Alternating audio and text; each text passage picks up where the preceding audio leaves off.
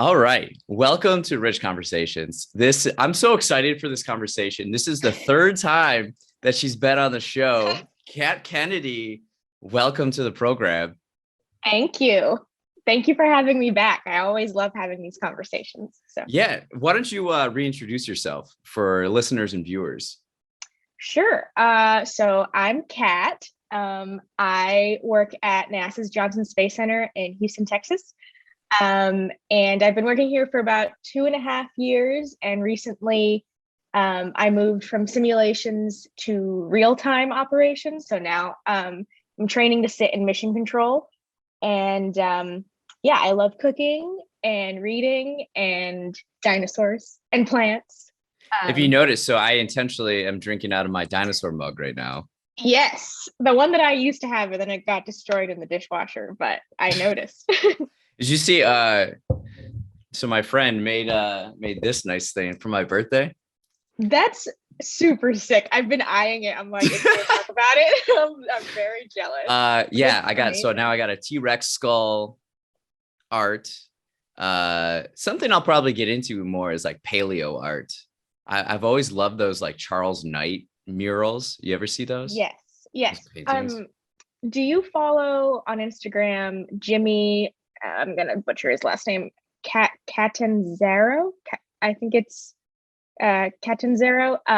He did a Pachycephalosaurus for me, and he also did an octopus for me for my brother. And his stuff is insane. He was featured on Tiger King. Sorry, just a small plug. He's amazing. But he's a paleo artist. He's awesome. So yeah, that's really cool. Is it pencil or pen or?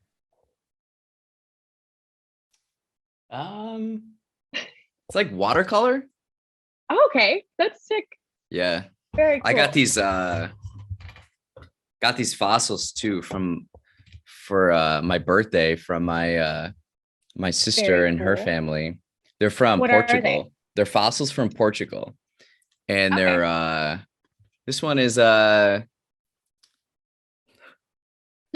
Percopterus carbonic. See, I don't know if this is Spanish or if it's like science terms. Via Blino España Carbonico. This one is Trigonia Lustinica Jurassico Torres Vedras, Portugal. 10 out of 10 effort, I salute you. But that's really cool. Yeah, that's really cool. And happy belated birthday. I don't know when your birthday was. Oh wait, no, I sent you a happy birthday. Never mind. You did. I did. You remembered. So I wanted Kat on, one, because she's great to talk to, but also there's this news about the James Webb Telescope I've been hearing about, so I want to pick her brain on it. But why don't you tell me about like when you transition from where you were in simulations to now like training for mission control, like when you got that, what was the experience when they told you, hey, we're moving you to this department? It was freaking surreal. I have always wanted to sit in mission control. When I was in college, people were like, what do you want to do after college? And I'm like, I don't know if you're familiar with Apollo 13, but the image that I have of Apollo 13 is Tom Hanks calls down to Houston and he's fatigued and he's like, I need someone to check my numbers for me. And you see like 3 people in mission control check his numbers and they're like, he's good. Uh-huh. And so I always tell people, I'm like, I want to be that person at NASA who like double checks the numbers in mission control.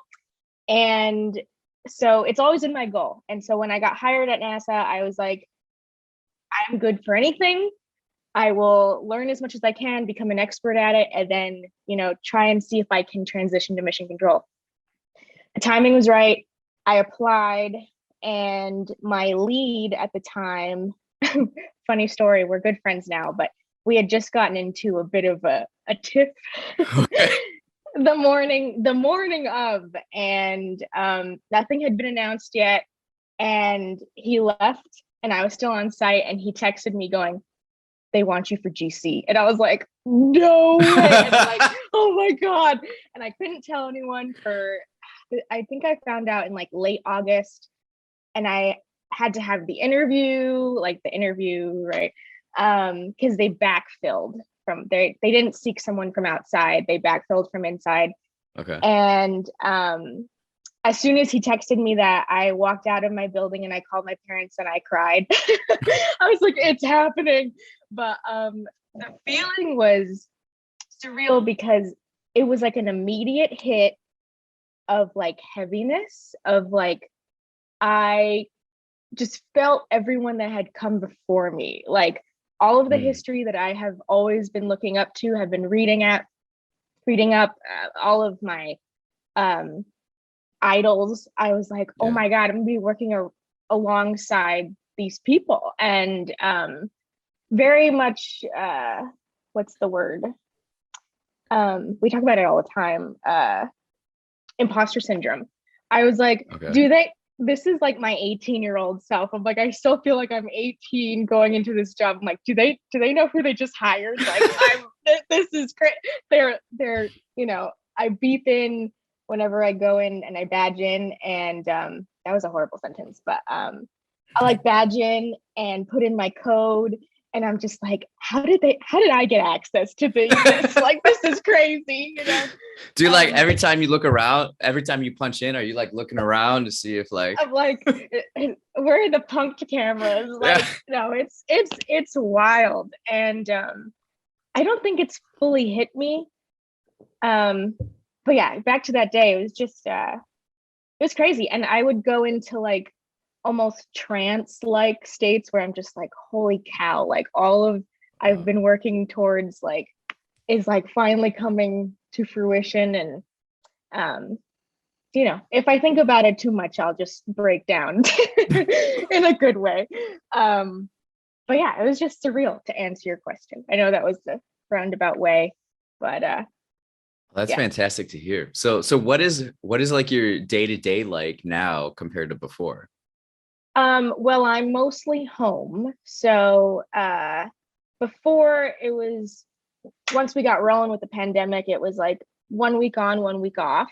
Okay. And we had a certain shift, right, per month. And I think we talked about that. And for the past year and a half, I've been on days, which is like 5:45, which I loved. And now it's like 8 to 4, which is like, this is like weekend time for me. Yeah. Like, oh my God, I get to sleep in. But day to day, I'm mostly looking at PowerPoints and trying to learn as much as I can before the storm hits, which is in late February. I start official training. And so now I'm just kind of shadowing people, trying to just absorb stuff. And it's kind of like a limbo period. But yeah, it's pretty chill for now. And I'm kind of getting tired of it, but I'm also like itching to, get started, I guess. Yeah. Wow. So you're just, what does the learning material look like? Like, how many of these PowerPoints, how many books, how much reading material? Am I allowed to cuss? Sure. Okay. No, I won't. Never mind. It is, I thought about it. I was like, maybe not. It is so much. It is, one of the things I talked to my lead. I think I had a meeting with him 2 weeks ago. He was like, so how's it going? And I was like, a lot of my ear. Excuse me, sorry, they're too big for my ears. Can you hear me? Yeah. Okay. A lot of it is like, I'll say 90% of it flies over my head. And so it's like, I can be looking at a PowerPoint, for an hour a day for the entire week, and it'll be 35 slides, and I will absorb 10% of it. Mm-hmm. And so it's just, I feel like I've been fire hosed with information for the past 2 months. Every time I go on site, people talk to me as if you know, I know what I'm doing. And for lack of a better word, and I'm just like just trying to grasp at straws, and it's a really interesting experience to just, you know, not know a lot. And I know coming in the next 2 years, I will get a lot more information and I will absorb more. But right now I'm like, I'm starting at ground zero, just trying to learn what's the word? Not enneagrams, acronyms. Sorry. Enneagrams. I know. And so I like, my dad and I made like note cards of like 50 acronyms from like 2 PowerPoints. It's like, okay, let me at least just get the acronyms, you know? So yeah, sorry. So I you're went on a like, rant. so you're like locked in. You have to be like super focused, right? For now, or for like 2 years. Right now, I'm kind of limboing, but yeah, I have to, you know, they have me scheduled for something every week until September. And then in like a couple of months, they're going to fill out the rest of the year and of next year too. So Okay. it's just like, okay, okay, hit So me. you're like not even in it yet, but you're No. you're about to. Yeah, the storm's coming. Yeah, you No, got like a a good tsunami storm. ahead of you. Yeah, and I'm just trying really hard because I'm somebody who I love being busy. I love Yeah. having work and goals and things to work forward to. And so for me, it's really hard right now to just be like, okay, just enjoy the chill time. Because you're not gonna have a moment like this for a No. while. No. So yeah, it's an interesting period. But Well, I'm glad to hear. This is so cool to hear, and that thank you. you're like on your way to living your dreams. It's pretty sweet. Yeah, I'm so excited. Okay, so something that's like people have mentioned around me is this James Webb Telescope and how Yes. big of a deal it is. Can you? I was like, well, good thing I'm gonna have someone come on from NASA because I just need someone to explain it to me in a way Okay. that's just like simple to understand. Gotcha. What is the Okay. James Webb Telescope and what is its significance? Okay. So are you familiar with Hubble, the Hubble Space Telescope? Yeah, I would Okay. say. So for those who don't know, Hubble is a telescope that's in orbit. It flew with shuttle, and it was we could service it because it was in low Earth orbit. Basically, if you look up Hubble pictures on Google, you'll come up with all of these galaxies and gorgeous pictures of space. Mm-hmm. So basically, the James Webb Space Telescope is like Hubble on like freaking steroids. So the mirror on James Webb Space Telescope is 6 times bigger in area than Hubble's. So, and Hubble was pretty big. So I don't know what the diameter is or whatever, but basically Hubble took pictures of space of things that were so far away that their light hadn't reached us. So James Webb is not going to be in low Earth orbit. It's going to be, I call it Lagrange point 2, which okay. So we orbit the sun, and the moon orbits Earth, right? Mm-hmm. The Lagrange point is a point about 1 million miles opposite of the sun. So if we're in line with the sun, it's like the sun, Earth, and then Lagrange point is like way out here. Okay. Right. So, and that's where we're placing James Webb.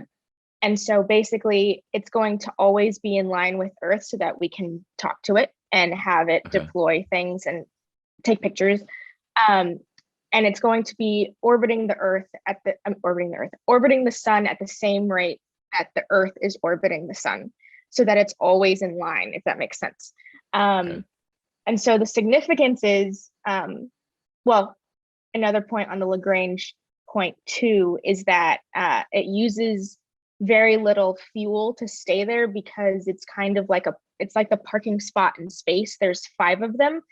And so because of the gravitational force of the sun and of the Earth, it can kind of just sit there and not use a lot of fuel, which is awesome. I didn't Yeah. even know these things existed until it launched. Wow. And so it's going to be looking and taking pictures of objects, galaxies, planets, stars, that are so far away that it'll be looking at, I think it's like a few 100 million years right after the Big Bang, Mhm. which is like huge. So we're going to be looking at the first galaxies that ever formed, and how they formed, and they kind of call it almost violent formations, because they're going to be brighter than our star, our sun, and like looking at stars exploding into our planets and stars and galaxies that we know today. So looking that far back is just like, it's going to be unreal. But yeah, that's kind of the James Webb Space Telescope. And it was in the works for about 25 years. So everyone was Whoa. like, yeah. And it was like, it kept getting pushed back. And so finally, for it to launch on Christmas, everyone was like, thanks be to God, Jesus Christ. Like, oh my Yeah. God. So yeah, it's going to be wild when those pictures come out. Like, I'm so excited. So how long until we see like the first photos? It says 6 months after launch. So I'm thinking like sometime early this summer it'll be like operational.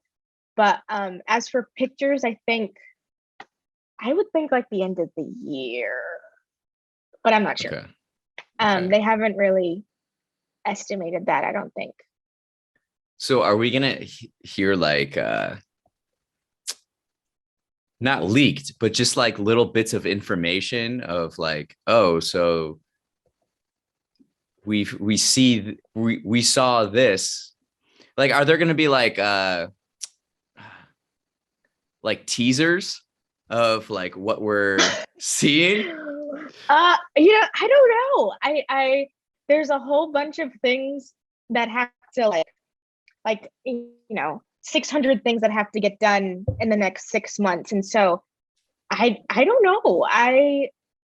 You know, NASA is what's the word? For lack of a better word, just public. So it's like as soon as we get Yeah. something, like basically you have to release it. So um Okay. I'm not sure. I'm yeah. It's just I'm excited. And I think people are gonna be like, some people won't get it. They'll be like, oh, the stereotypical like, oh, we spent 10 billion on a telescope, like, but which drives me nuts. But the people who do get it are, it's for them.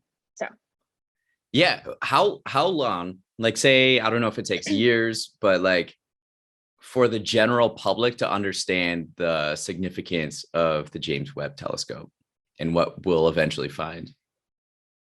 that's a good question, because, you know, I always revert it back to the moon landing. Some people even today are like, what was the point of going to the moon?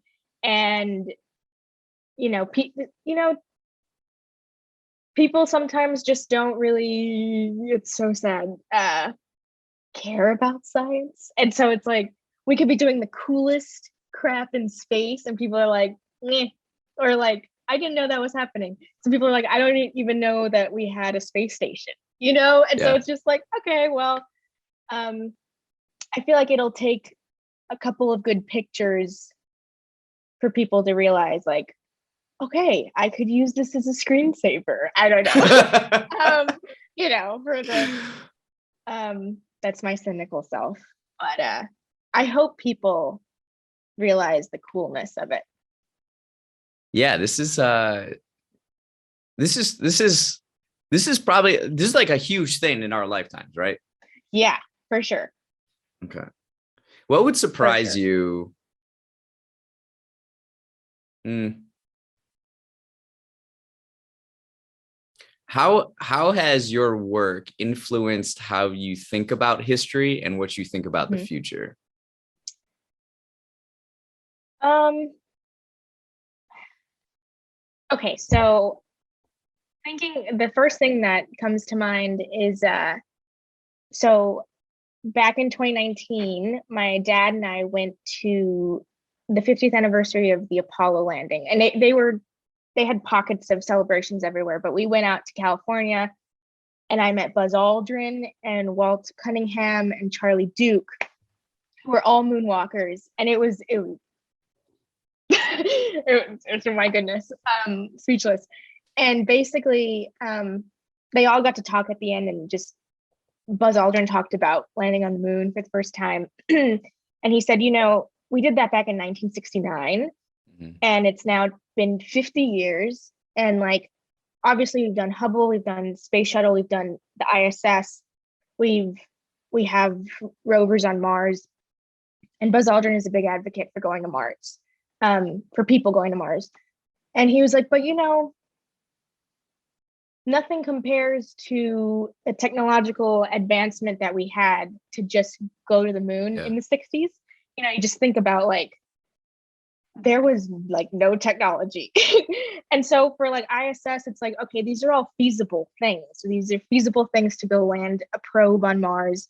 And he was like, we haven't really done much in 50 years, Mhm. after that big spike of the moon. And then, okay. And so being at NASA the past 2.5 years and seeing SpaceX, I don't know if you hear the jets. We're like right next to the jets flying over NASA. Um, sorry, they're so loud. Being at NASA the last 2.5 years and seeing, for instance, SpaceX being the first uh, private company to launch people and to refurbish their rockets and capsules over and over again. To see Blue Origin and Virgin Galactic take civilians to space, to me, it feels like it's rising. I don't want to say exponentially, but that it's rising pretty fast. Mhm. And so I see it's like, okay, the past 50 years, we've done some really cool stuff, but I feel like it's rising and we're off of the plateau, if that makes sense. I don't know if that answered your question, but that's how I see it. Yeah. And I feel like things are picking up pretty fast. So yeah. Yeah, that's it's an interesting way to frame it. It's almost like, cool, we did this and it took a lot to do this Yeah. one thing, right? And we've just been like learning and like testing the waters and just like kind of getting down, building on the foundation that we created. Mhm. And through not just like space exploration and technology, but like technology that has like exponentially, it keeps like compounding even outside of this realm of science, that it's like helped elevate this like learning. And now we're like at this like almost another launching point. Yes, for sure, for sure. A Yeah. nice metaphor. Yeah, and I hope, with Artemis, which is the next Apollo around the corner, it's like, okay, all right, is this our next, like you said, launching point? And I hope it kind of busts open and it's like, and it doesn't, I hope it doesn't slow down. Um, Yeah. This is like a really interesting point of like human history, I feel. yeah, yeah. And we're like young at this point. Hmm. And yeah, it's really interesting. In a number of different fields. It's pretty wild.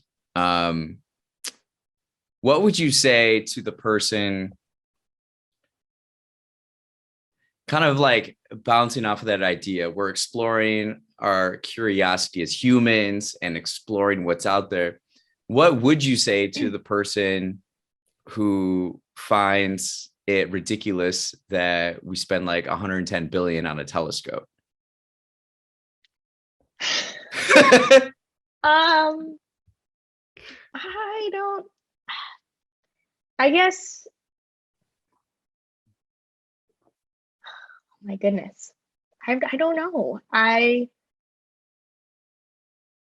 think I would just say look up, and I I don't want to generalize these people or like people who, don't see the value in um space flight or any of that. But I think sometimes I've noticed the people who are like, why are we doing this? Why are we doing this? We have so many problems here on Earth. Um, don't realize the amount that spaceflight has kind of brought us to the people on the ground or to Earth. I don't know if you know this, but there are entire volumes of books that lay out exactly what NASA and spaceflight has brought. So it's like memory foam mattress. Let me take that away. GPS. Give me your phone. A phone with a camera. LASIK eye surgery, and all of these things. I know a telescope can't bring us LASIK eye surgery, right? But it's kind of a branch off of that idea of like, okay, well, to be able to look in, I feel like we need to look out a little bit. And if we don't know our place in the universe, it's harder to have a perception of what matters most. If that makes sense. And so it's like, okay, well, if we think that the Earth is it and there's nothing outside and the moon is made out of cheese, then let's always have war. You know what I mean? Let's always have to kill each other and all that stuff. So that's how I look at it anyway. But how much collaboration is there between countries right now in space exploration? Well, a lot. So for the James Webb Space Telescope, I want to say it was like 12 to 15 countries that put it together. It launched in French New Guinea, which is in South America. And we used an ESA, which is a European Space Agency rocket to launch it. As for the International Space Station, it's about the same. I want to say, don't quote me on this, upwards of 10 countries, but only some countries have astronauts. So some people are like, oh, just because Austria doesn't have astronauts doesn't mean that they didn't help the ISS, right? So right now it's a lot. A lot of countries. Obviously we're talking about the telescope, but like what other like new technologies within your field are you like really excited about? I don't know if it would be a technology, but definitely the Sls rocket, which is what's going to take us back to the moon. It's the space launch system. And it's bigger than the Saturn V, which took the Apollo astronauts to the moon. And the Saturn V is huge. I don't know the correct length in feet, but it's huge. And the space launch system is much bigger than that. And I'm just really excited to see it fly. So they've stacked it, and it's supposed to fly for an uncrewed mission around the moon sometime in the spring. I'm not allowed to say a date. But NASA secrets. It's classified. and I'm just really excited to see that happen because we haven't done that. We've gone to Mars, but for us to go back to the moon, I'm excited to see that rocket fly. So I don't know if that's a technology, but kind of. What planet are you most curious about? Well, my heart has always loved Pluto, even though people, Neil deGrasse Tyson says it's not a planet, but I've always loved Pluto. Other than Pluto, Saturn. Saturn's my favorite. Why is that? I just think she's beautiful. Like, fun fact, did you know that Saturn and Jupiter can float in a bathtub if there is a bathtub big enough? But Really? Yeah, because they're gas giants. So they're like, we're heavier than Saturn, Neptune, Uranus, and Jupiter, I believe, are the 4 gas giants. But yeah, Saturn would be a close second, or first if Pluto isn't a planet. So yeah, so it's considered like a moon then, or Pluto? Yeah. If it's So not a planet, what is it? It's considered a dwarf planet. But some people argue there's this outer rim of our solar system called it's called the Kuiper Belt. Kuiper, Kuiper Belt. And so some people are like, it's just an object of the Kuiper Belt, but because it has an orbit, people are like, no, but it's a planet. But yeah, it's a huge controversy, I guess. It still is. To me, it's a planet, but to other people, it's just like an outward Kuiper Belt object. So if there was an event, say like an asteroid hitting Saturn, would Earth be affected or feel any wave from it at all? Or I don't think so. So Saturn, because it's a gas giant, astrophysics people don't come for me. I would think that an asteroid would just get like kind of absorbed into it, because I mean, not like absorbed, but like it's like a ghost. If you have a ghost and it kind of like goes through it in a way. Yeah, I would. People are gonna be like, she works at NASA. But I would think it'd be different if it hit like Mercury, which is like a rock planet. Yeah. I think if something were to knock Saturn off of its orbit, it would disrupt us somehow because it's so big, I would think. Yeah, like how interconnected is Earth to the other planets in our solar system? That's a really good question. I know in college I studied I tried to study relativity, general relativity for my senior research, and I butchered it, but I learned a lot. And so if you think of planets on a blanket, so if you have a blanket and you have different objects on that blanket, so let's say a bowling ball versus a golf ball. Bowling ball is going to have more of a curvature to the blanket if it's taut, right? And if you think of the bowling ball as our sun, that curvature is its gravitational field, right? And then if you have the golf ball, let's say is Mercury, it's going to have, a lighter one. But these gas giants, because they're made of gas, I don't think they have a very huge curvature because their mass isn't heavy, if that makes sense. But as far as interconnected goes, I think it's a very delicate, like ballet balance, where it's like, okay, if one goes, something's going to happen to the size of our orbit, or maybe how fast we rotate, stuff like that. I would think. Don't quote me on that. I'm sorry. Will we find out that answer through the telescope? I would, that answer might still already be out there and I just don't know it. So I don't know. I don't know if it's going to take pictures of our solar system. I think it's more focused on outward stuff. Yeah. Okay. That makes sense. Something I'm curious about is, so our sun has so much energy, right? Mm-hmm.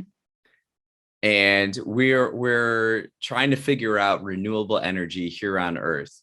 Is there like ever a point where we can like send stuff closer to the sun, absorb its energy, and then like zap it back to Earth, and That's then great. have like infinite electricity and power? I don't know. I have no idea.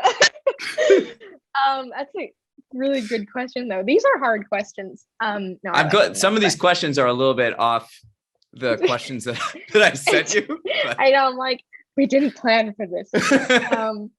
No, but yeah, that's a really good question. I'm not sure. I think we'd have to ask an astrophysicist. Okay. If that's possible. Get an astrophysicist on the pod. So like something I'm curious, going more on like a personal level, is there like a piece of like a technology device that is your favorite or that you use most in your everyday life?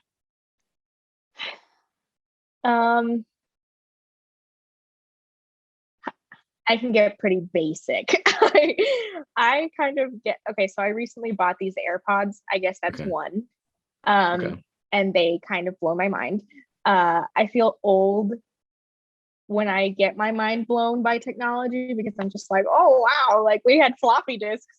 But I don't know. I think AirPods, I also think on a really, really basic level, this is not exciting at all, but I recently bought, this is so lame. I recently bought a hair dryer, but it was a hair dryer brush in one. And I was like, why did we take so long to build this? That it like brings me such joy to like not use two hands blow drying my hair. Huh. It's, yeah. I'm sorry if that wasn't the answer that you were expecting, but. Well, I'll blow dry my hair, but I use one hand, right? And then like that. Oh, well, yeah. But like blow drying and then like brushing at the same time. Oh, versus, okay. Yeah, versus this one, it's a brush that blows out hot air. And it's just like, it took us, how long have blow dryers been around? I don't know. It took us like 80 years to build this. Come on now. We're talking about like all the NASA technology, and then it's like the like as seen on TV technology that's like blowing your mind. It's the small things, okay? So how are the AirPods? I mean, you sound great with them. Okay, awesome. I have really small ears, and so they came with like, I only got them because I had like credit card points and it was free. And I was like, okay. I'm usually an over the ear person, but my boyfriend has them and I was envious, so I got them too. But they came with tips, like large, small, medium. And I put the smaller tip on and it's like they still fall out of my ears. So but they have noise cancellation, which is pretty cool for like an ear pod. Yeah, that's pretty cool. And not having to like deal with the wires is nice. It's convenient. You know, my phone was stolen because of the wires on my my headphones, or what do you call them? Ear phones. Okay. So I was in Paris, and I was taking the train to Versailles, and up until this point, I really didn't listen to like music in public commuting because I like to be like aware or like read a book or something like that. And I'm like, you know what? I'm on like vacation, like a working vacation. I'm gonna listen to music. So, the one time. So until this point, because I had heard that there's some pickpocketing that happens in Paris. So I would keep Mhm. my phone in my pocket, in my jeans, my front pocket. Okay. But this time I was like, because it was going to be so quick, I took the phone, put it in my coat pocket, and then I was searching through my like inside pocket for my earphones. And then so I get them out and I have to like untangle them. And by the time I have it untangled, I put them in my ear and then I reach for my phone and it's disappeared. It's disappeared. So I'm like looking around like, wait a minute.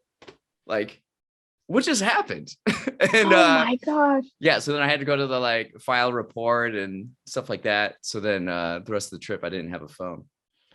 But it was It was the universe all, saying, yeah, you should be present.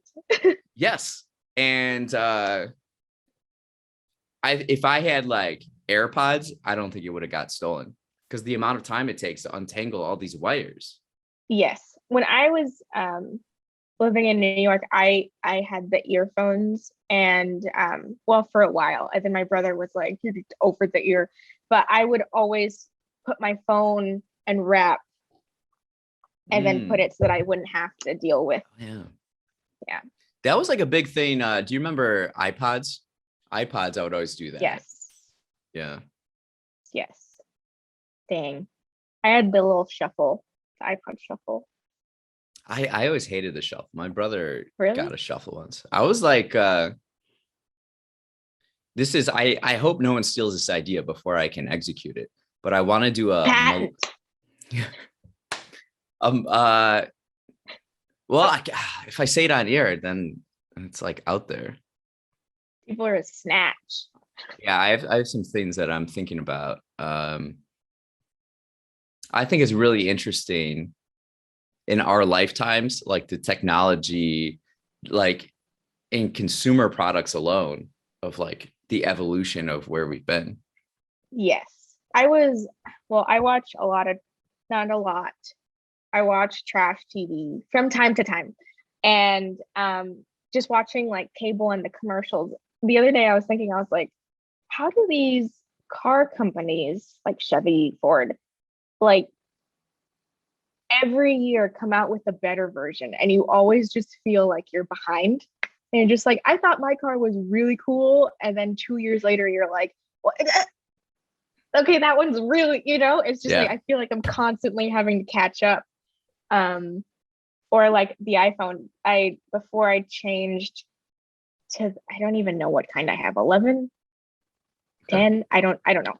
I had the 8 for a while and with the home screen, and I was like shamed for having the home screen. I was like, it's the same thing. I don't care. Like, I experienced that recently. My friend Felipe, he gets a new phone like every 6 months, and he's making fun of me because I had the iPhone 8, and he's like, but then he'll be like, real talk though, you're making all these videos and stuff. You should get a better one. So I'm like, okay. So now I have the 13 mini, and it is like night and day difference. Like, look at this. So maybe I have a mini, but I don't know. Oh, maybe I have another one too around here. Where is it? So what I've been thinking more about is using these devices more creatively, and because it's really like a beautiful piece of technology and a device. So you don't necessarily have to have it attached to data, because now they all have Wi-Fi built into them. It's That's like true. You can use them for different things. I wonder if I have but my sister gave me her old like iPhone 7, iPhone 8, but the technology compared to the two is just like, I can't even use this. Yeah, it is night and day, which is crazy for them to do to us. No, I don't think it's crazy. It's very within their means too, but it's they're doing it on purpose so that we feel the need to be like, oh, that's so outdated. Like, I have to upgrade, It's like, I won't. But it's interesting, like each one, it's not that big of a difference. But then if you go like 8 to 13, it's like a giant leap, Yes, for sure. I mean, at the home screen. I know I was saying home screen, but the home button. Yeah. Having the home button is like from the 90s now. Yeah. Something that blew my mind was like these flash drives and like externals. This is 64 gigabytes. That the size of my thumbnail. That's crazy. I don't like those because I feel like I'll lose them. Yeah. So fast. I've almost lost this one. But it's like, and then external hard drives. I have like a 4 terabyte one, and it's already like halfway used. Mm-hmm. I'm reading this book called The Information right now, and it's about like the history of information and like in the late 1940s, like how the technology being able to like measure information became possible. Okay. So then then you have like this, I'm only on like the first chapter, but this guy, dense? It's very dense. Let me show you it.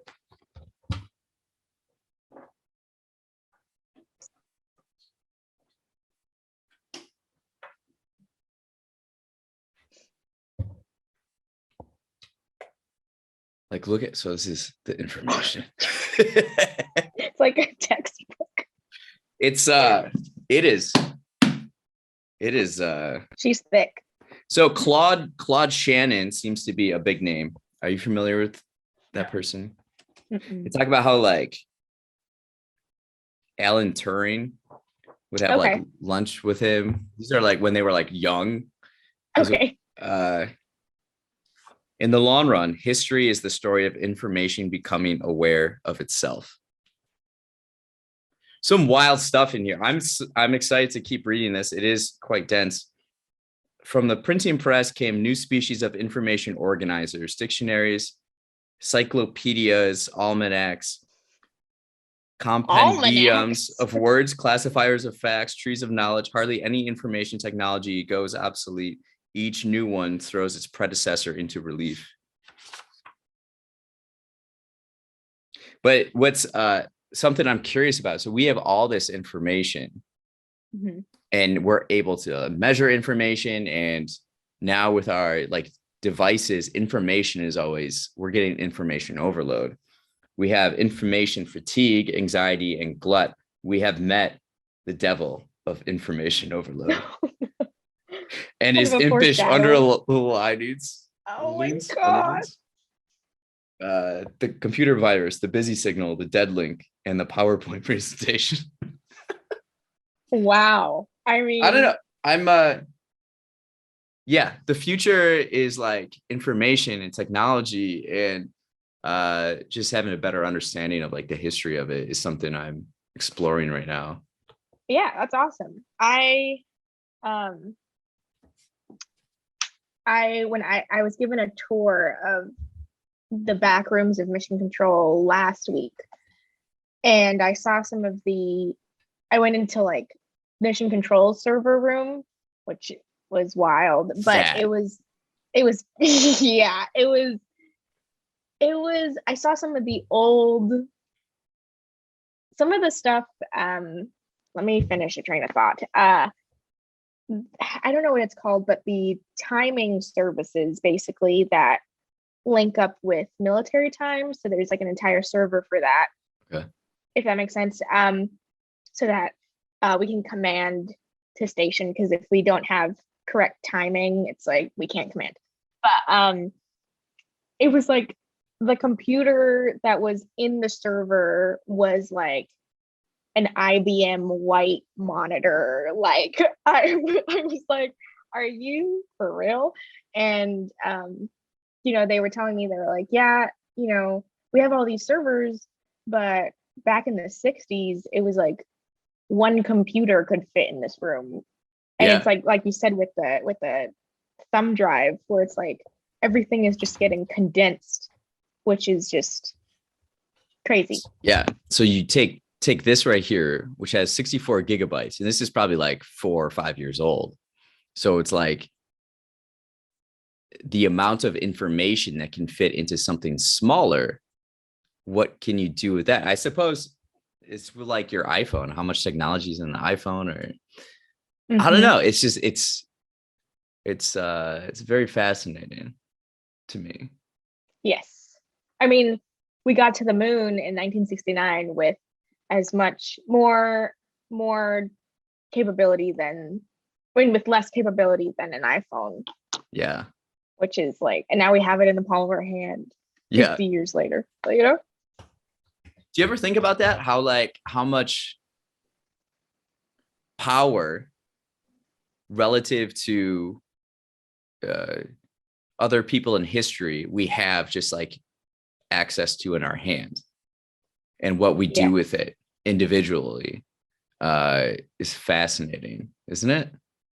Yes. I definitely thought about it when I was teaching a few years back, and like I was teaching middle school, and I was just like, y'all, like, we had a family computer.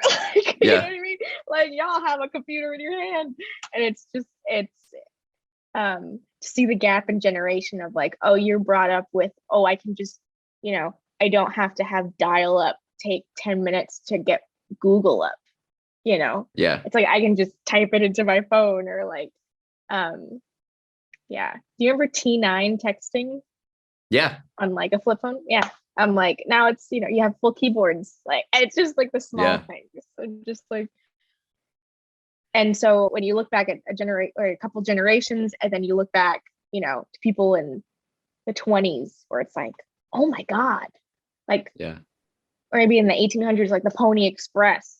Yeah. Do you ever think about how quiet the world was for most of human history? Yes. 100%. We're binging Survivor, and I thought about that yesterday. I was like, how peaceful must it be? Like, to just not have media constant, you know? Yeah. And like, it'd be, I'm sure like the village gets together. This is something I'm curious about too, is like how often during like, let's see, before maybe the agricultural revolution, even within then, when their societies are more organized, how often did they have like parties and get-togethers and festivals? Was it like once a month, and then like one person in the village could play on a type of instruments, and it'd be like, whoa, this is so crazy, this is so beautiful. Like that's okay. I haven't thought about that, where it's like you hear music like once a month. Yeah, or you have nothing recorded. Even very recent, say like the Renaissance, of like parties, and be a huge deal if you could have people on court playing instruments, just the life that it brings. And there's like this intertwinement of music and humans as a species. It's interesting to think about. I always think of on the flip side of that, it's like you have such a peaceful life without media, or what we think is peaceful, because you're not bombarded with all of these platforms, I guess. But then the brutality of that time, where it's just like, it was so brutal. Like, so brutal. Like, in college, I took a couple classes on the Middle Ages because I was obsessed. I loved that time period. And I watch like videos on castles like every night. I'm still obsessed with medieval. I love it. Have you ever read Timeline by Michael Crichton? No. Oh, it's great. I won't say anything. It was also made into a movie. The movie is good, but obviously the book's better. It's so good. Total Middle Ages. Yeah, you got to read it. But yeah, I like totally romanticize about the Middle Ages, or romanticize the Middle Ages. But I like, in reality, I'm like, if I'm going back, I'm not going back unless I'm royalty. Like, there's no way. There's no way. And even literally, I think about this all the time. It's like, what you compare your life to can help or hurt you. Like if you're comparing your life now to like billionaires, you're like, oh, well, I'm poor. But then if you compare it to like, say Louis the 14th, we were talking about Louis the 14th. We went to the Art Institute yesterday with some friends. So And I'm like, specific. so like Louis the 14th had like everything during that time. But yet like Not air conditioning. like he had everything you could have had in that time. Yet like he today would be a pauper compared to what I have in my own apartment. You know, it's crazy. Exactly. It's a great way to look at it. Yeah. The And hygiene. just like the hygiene and food, like think about the food, like a lot of these wars and everything going on in the world was often fought over like materials and like spices and like food and the Silk Road. Like yeah, it's a do I have, oh, this is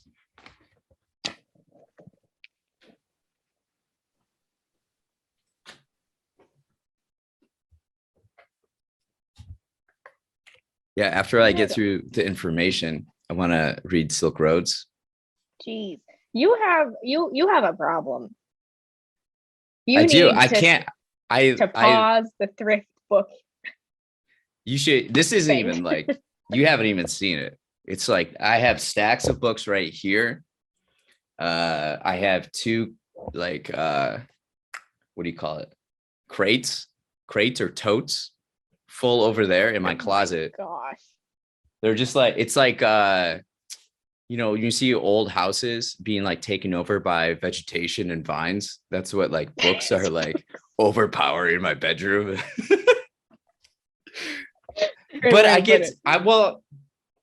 I'm like building my own personal library. So now I have access to I still like physical books over 100% digital. Same. But, I will never get a Kindle. Sorry. At a certain point, like being on a screen for so long can't be good for your eyes or health, right? No, I don't. That's why, no. I have to get better at using blue light glasses because I see it like even at work where I'm just like, I can't anymore. It can't be. Right? Do you ever think about how like as the human species, we evolved, but we didn't evolve necessarily for like some of the technology that we have and the screens and like I think it happened too fast. Yeah, like it's happened so fast that like biologically, like evolutionary, like we're not equipped to handle this. No, I think maybe 100,000 years from now, maybe, we'll come out with like glasses like in our eyes or something. I don't know. Like what do we not know that people in the future will look back and be like, I can't believe they did that? Yeah, because like I think about that because not to our time period, but I think about the Middle Ages, and I'm just like, they had fight to the deaths. Like, what are you doing? And then here it's just gonna be like, you ate bananas. Like, watch it be something like that. Yeah, and the way we use, that's what I'm curious about too. Like what I love this book by Chuck Klosterman, but what if we're wrong? And it looks at the present as if it were the past. It's like, we obviously look at people from like the early 1900s and we're like, they had the science up until that point and they're like, oh, we know so much. We're at the pinnacle of human existence. And we're like, you guys are kind of a joke compared to what we Idiots. Have. And like in the future, people are going to say that about us. And it's like, what things can we identify right now that people in the future will look back and be like, what? I don't know. That's such an anxiety-inducing book. I feel like we don't have that. We can't have that scope on ourselves, right? Because I feel like if we did, we'd be light years ahead, right? Well, we kind of have to like ask those questions, don't we? Like but I don't know if we have all of the answers. Does that make we sense? won't have the answers till years from now. I know, that's why it's like we can ask those questions, but it's like we can't I guess knock some stuff out where it's like don't eat the bananas, because we won't know. Yeah. I don't know if it's more biological or more like the technology itself. Mm-hmm. Like I'm believing more and more that like you should only use the internet very intentionally and very specifically. Like don't go on it if you don't have a clear intention of how you're going to use it at this moment. I think maybe even like who's to say in like 15 years I'm like going off of this like who's to say like people 15 years from now look at people how we're spending our time on our phones and being like how did they not see that all these things and being bombarded with information is going to make everybody more anxious and more like Yeah. like how do they not see that this was going to be a problem? I feel like for that one we do, because it's always just like, oh, I gotta get off my phone, and people already see that as like a bad connotation, a negative thing. And I mean, I'm guilty of it. It's just like, oh my God, I just spent like 30 minutes on TikTok, and then I can tell that it makes my it's like the goldfish thing, your attention span just like fly, and it's just like, okay, I don't want this. But it's sorry, go ahead. It's like intentionally built that way. Yes, and I'm gonna go off, but you see it. I think Stephen Sondheim said Broadway reflects what the country is like, and so I see movies in that sense where it's like, okay, and no judgment for anyone who watches any type of movie. I love movies, but you can tell movies that are made for people who are on social media a lot, or like for their attention span to be like, I can't stand a 10-minute dialogue scene. I need blah, blah, blah, blah, blah, blah. Or like, I can't do Tarantino because all he does is dialogue. And it's like, I need explosion, explosion, explosion. And that's how I see it. It's very interesting to watch. This is like a whole nother conversation, but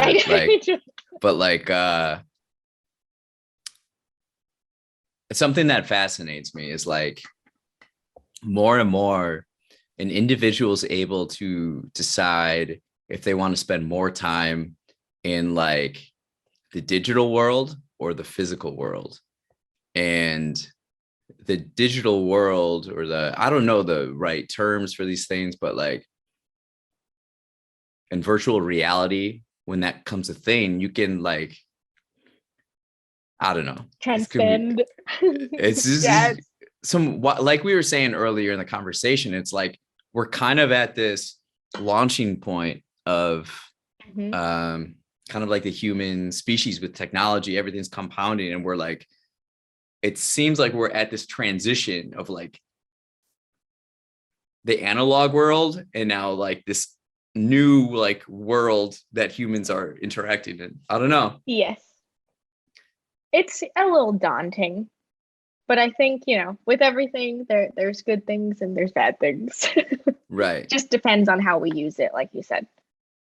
Yeah. So I think it's really important to like take the time to reflect on like how individually you want to interact with these things. Mm-hmm. Intentional time. I've been, everything has a loop in this conversation, but I've been real big on intentional time. It's like, okay, I'm going to read for 30 minutes and then I'm going to do this. And it's like not just like slugging through the day. At least for me, it makes me feel better about my time and the phone usage. Yeah. That's something I learned recently about myself is like, I hate sitting in my apartment and reading. I hate it.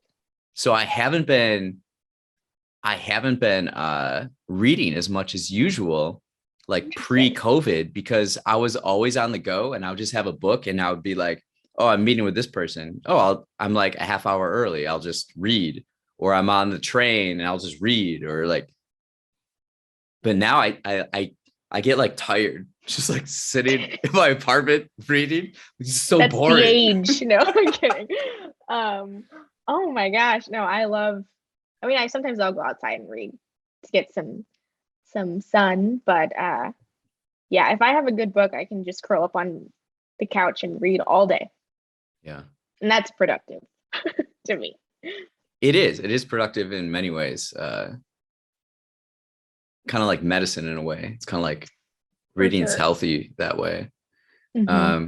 But to kind of wrap up this conversation, what's Sure. something you're excited for in the next 6 months? I am hopeful for the pandemic, right? Because all of some of my favorite bands are like coming to town, so I'm hopeful for that. Um, just like it just feels like a good year. Like you said at the beginning, I was Hmm. just like, I have been having a really good time this year. Not that last year sucked or anything, but just feels like I have more of my life together.